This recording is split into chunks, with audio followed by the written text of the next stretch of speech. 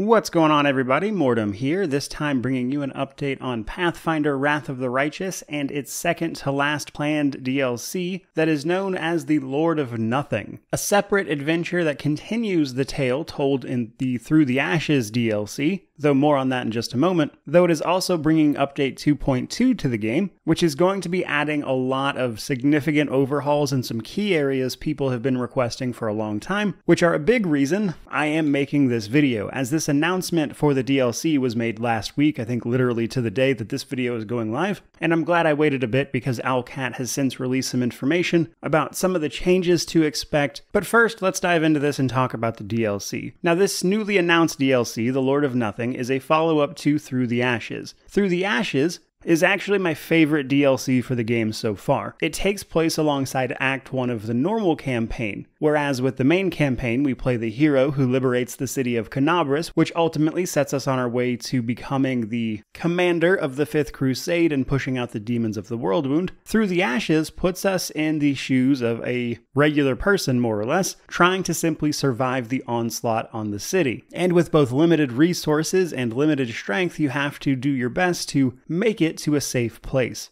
And it's a very different experience than the main campaign that is really well grounded, and it is my favorite, as I said, as far as the DLC goes. However, that DLC introduced two characters, Rekarth and Sindri, who accompany your band of ne'er-do-wells, so to speak, on your way to safety. However, at the end of the DLC, after encountering a bunch of icy monsters and some foreshadowing, these two, in one of the potential endings, though to some degree in all of them, escape through a portal to an icy land, which is where our second DLC comes in, The Lord of Nothing. We're going to be following Rekarth and Sindri alongside a new adventure, including some new companions and some new ways to enjoy the game, which we'll get into, that's going to take us across a frozen landscape into the Shadow Plane and a few other locations. But both the name and the information we already have are a little telling about what this DLC is probably going to be about, because as I mentioned, Through the Ashes had us encountering a bunch of ice demons that the trailer for this new DLC shows. And given that the entire game is about demon lords, it's pretty easy to make some educated guesses in this regard. It's very likely that the Lord of Nothing the DLC is referring to is Sithud or Sithud, which is a fallen demon lord, sometimes referred to as the Frozen Lord. A skeleton supported by 3 legs and some other twisted humanoid features, Sithud was the demon lord of ice and cold, basically. However, he's a fallen demon lord, which is very rare. Usually they just die when this happens. He was actually overthrown by another demon lord, Koshchachai, I think its name is, but Sith had managed to escape his own death by simply hiding out in the frozen peaks of his former homeland. And given both the themes of all the cold magic on top of the title Lord of Nothing, I would say Sithid is almost certainly involved in some way. And while that's more than enough to get me personally intrigued, as that situation is interesting and the campaign itself being a follow-up to my favorite DLC, pretty easy sell for me, we are nonetheless not quite done. For starters, we're going to be meeting some new characters along the way for this DLC, an Angel of Sarenrae with a tragic background, and a new android companion named Pinta. Now, the Angel of Sarenrae is actually more interesting to me there because that calls to mind a very specific character from Kingmaker that I don't really want to spoil here, but if you've played that game, you'll likely know what I'm talking about. And given that they very specifically didn't name this character, but told us the name of the android, is very curious to me. I'm genuinely wondering if they would actually do what I'm thinking they might do there, though we shall see. Now, according to the announcement they made, how this DLC ends will depend on you and the choices you make, and given how the Through the Ashes DLC actually had multiple endings as well, that wouldn't surprise me. It does look like this DLC will also affect the main campaign in a small way, because in Act 5 it will add a new quest and dungeon to that particular part of the game. I presume this involves importing the save from the DLC like it does with the other DLCs, and I'm curious if how the DLC ends for you changes this quest or dungeon in some way, but all questions I'm obviously not going to have answered until it releases. As of right now, that's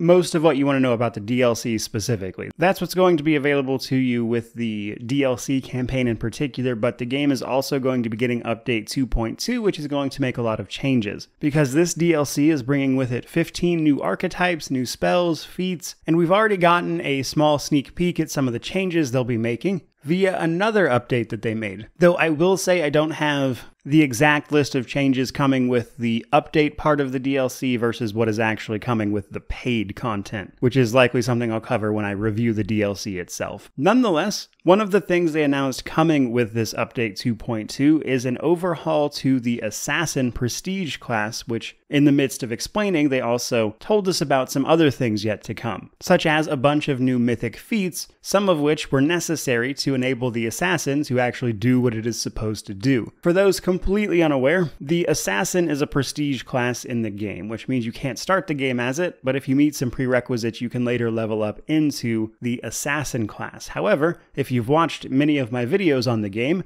you'll likely know that the Assassin class is largely considered useless. And this is because the main thing it does is poison enemies, but in Wrath of the Righteous, almost everything is immune to poison because it's demons. And they are finally addressing that. Starting first and foremost with a mythic feat that lets you just ignore that immunity outright, such as with other elements we have access to, which is how a lot of builds work. So already just having a mythic feat that lets us use poison and bypass that immunity opens up a lot of builds and things just out of the gate. But they didn't stop there. They actually overhauled the Assassin Prestige class across the board. And while I won't get into the nitty-gritty of it in this particular video, essentially what they've done is swapped out a few abilities to make them more useful. So instead of a move called Death Attack, which wasn't that great, they can now mark enemies if they make a knowledge check, appropriate to the creature type. There's a few different types of knowledge checks, but they can mark a creature and then assassinate it, which requires the target to be unaware. So if they fail a saving throw, a fortitude saving throw to be specific, they'll die outright. And the DC for this looks very attainable even at higher levels. Again, I won't bore you with the math, but this should absolutely be viable for higher difficulty levels. They also made a number of other changes, like making the poisons more useful and scale more effectively, and the fact that you can actually use them now means that you can potentially lower a demon's ability scores to 0, which will outright kill them, and it also makes it harder for demons to ignore your poisons as well, essentially making them more likely to actually apply, on top of pushing past their immunity. So with some of these changes, just from reading them, the Assassin should be a much more viable class now, especially since, and perhaps what I'm most excited about, is the fact that this opens you up for more useful stealth gameplay. Stealth has always been in Wrath of the Righteous, it's just not well utilized in a lot of cases, and outside of doing some cheesy stuff that is more available to invisibility than outright stealth, you don't really see people messing with it much.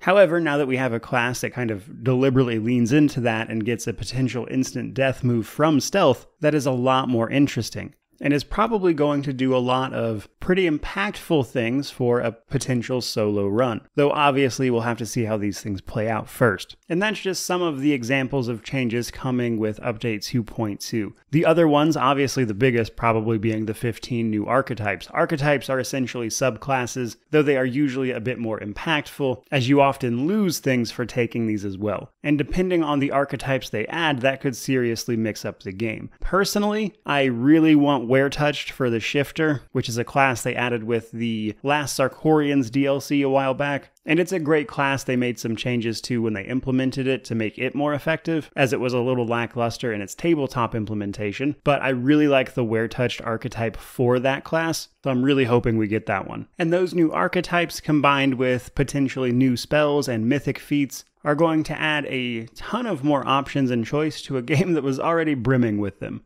Though I will say here at the end of this video that probably the two things that are the most interesting to me about this announcement and subsequent follow-up are that even 2 years after the release, they are still making substantial changes to things like reworking the Assassin class altogether. That genuinely surprised me. I was not expecting that. On top of adding 15 new archetypes, that's pretty crazy. With Rogue Trader coming out, I think like 2.5 weeks after this DLC releases on the 21st of November, I'm kind of shocked about the amount of changes we're seeing here, though it does explain why we had taken so long to hear anything about this DLC, because it looks like they had been genuinely trying to address some of the larger complaints, if you will, about the game in terms of some of its balancing, such as the Assassin class being useless, alongside some other much requested things, all of which has me really excited for this DLC, because with this releasing right at the end of November on the 21st, and then Rogue Trader on December 7th, it looks like Thanksgiving and Christmas will definitely be spent with some pretty amazing CRPGs, which is what this channel is all about. And while everyone knows I love Wrath of the Righteous, With any luck, this DLC will also be very good, but I'm honestly at this point a little more excited about the changes to the base game personally. Though the DLC with its potential Fallen Demon Lord story to tell is also something I'm looking forward to.